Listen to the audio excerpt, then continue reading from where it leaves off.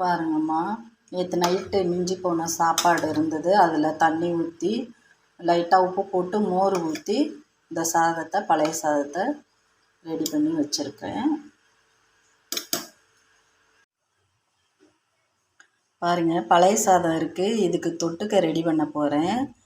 இதுக்கு தேவையானது பச்சை மிளகா நல்லா முழுசாக ரெண்டாக கீறி வச்சுருக்கேன். ரெண்டாக இல்லை, லைட்டாக கீறி ஒரே மிளகாயாக வச்சு, வெங்காயம் 2 முட்டை, பழைய சாதத்துக்கு தொட்டுக்க செய்ய போகிறேன். இந்த மிளகாயை அப்படியே கடித்து சாப்பிட போகிறோம். எடுத்து நம்ம வேஸ்ட்டாக உரைக்கணும் கீழே தான் போடுவோம். உரைக்காமல் இருக்கிறதுக்கு இப்போ நான் உங்களுக்கு எப்படி பொரிக்கிறதுன்னு சொல்லித்தரேன். கடலெண்ணெய் கொஞ்சம் ஊற்றிக்கணும்.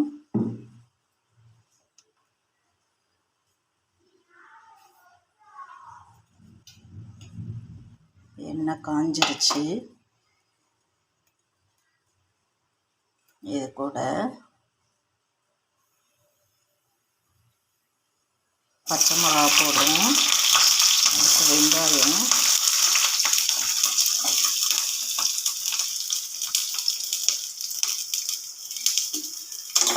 பச்சை மிளகா போட்டு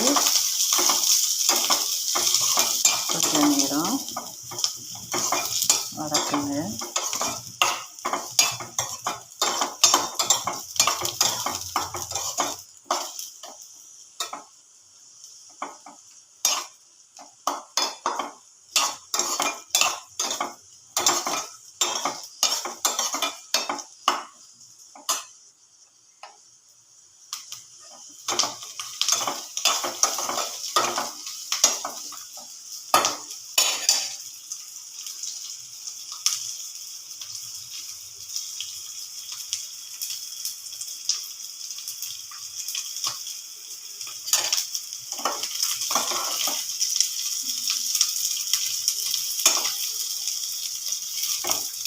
இந்த மிளகா மேலே கொஞ்சோல நம்ம விளக்கெண்ணெய் ஊற்றுறோம். கொஞ்சம் ஒரு ஒரு கொஞ்சோல அவ்வளோதாம்மா, போதும்.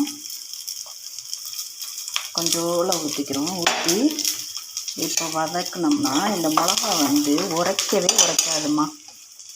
நல்லா அப்படியே எடுத்து சாப்பிட்டுக்கலாம். இந்த பச்சை மிளகா உரப்பே இருக்காது. அப்படியே இந்த வெங்காயம், முட்டை, பச்சை மிளகா அப்படியே எடுத்து நீங்கள் சாப்பிட்டுக்கலாம்.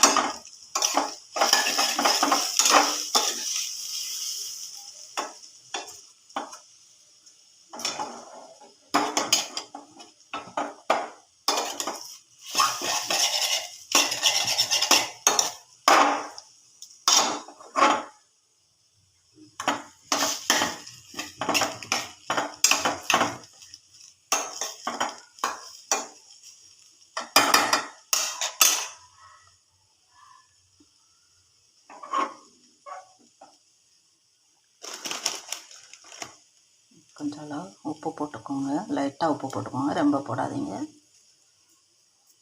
முட்டைக்கு உப்பு ரொம்ப தேவையில்லை. அவ்வளோதாம்மா.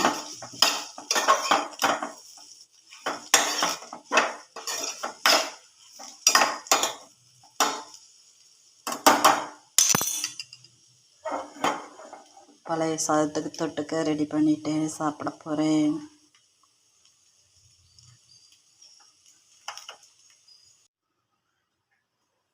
பாருங்கம்மா, பழைய சாதத்துக்கு தொட்டுக்க ரெடி பண்ணிட்டோம். நான் எதுக்காக இந்த முட்டை பொரியல் தானே, பொரிக்க தெரியாதா அப்படின்னு கூட நீங்கள் நினைக்கலாம், இதை வீடியோவாக போட்டிருக்காங்களேன்னு. இதில் மெயின் இது என்னென்னா, இந்த பச்சை மிளகாயை சாப்பிட்டோம்னா கொஞ்சம் உரைக்காமல் இருக்கும். அந்த முட்டை வெங்காயத்தோடு சேர்த்து சாப்பிடும்போது இந்த பச்சை மிளகா உரப்பு இருக்காது. பழைய சாதத்தோடு சேர்த்து சாப்பிட நல்லாயிருக்கும். பச்சை மிளகா வேஸ்ட் ஆகாமல் காரத்தோட நம்ம நல்லாயிருக்கும் சாப்பிட்றதுக்கு. அதுக்காக தான் நான் உங்களுக்கு இந்த வீடியோவை நான் உங்களுக்கு போட்டேன். நான் நைட்டே பழைய சாதம் இருந்தது, அதை கொஞ்சம் மோர் விட்டு லைட்டாக உப்பு போட்டு தண்ணி ஊற்றி வச்சுருந்தேன். இப்போது இதை சாப்பிட போகிறேன். இந்த வெயிலுக்கு சூப்பர் சாப்பாடுங்க. லைக் பண்ணுங்கள், சப்ஸ்கிரைப் பண்ணுங்கள்.